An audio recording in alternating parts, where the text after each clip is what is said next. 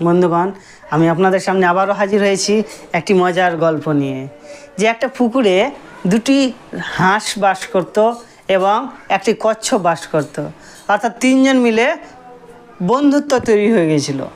কিন্তু কিছুদিন যেতে না যেতে পুকুরের জলগুলো শুকিয়ে গেল।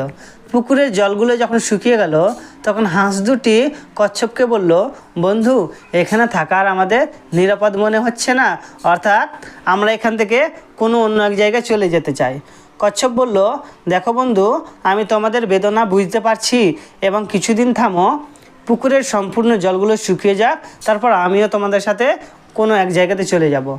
রাজহাঁস বলল, ঠিক আছে, তবে আমরা তো উড়তে পারি, তুমি তো উড়তে পারো না, তাহলে কি করবা, কিভাবে যাবা তুমি? কচ্ছপ বলল, এর উপায় কিন্তু তোমরাই বের করো, কিভাবে আমাকে নিয়ে যাবা। হাঁস দুটি বলল, ঠিক আছে, আমরা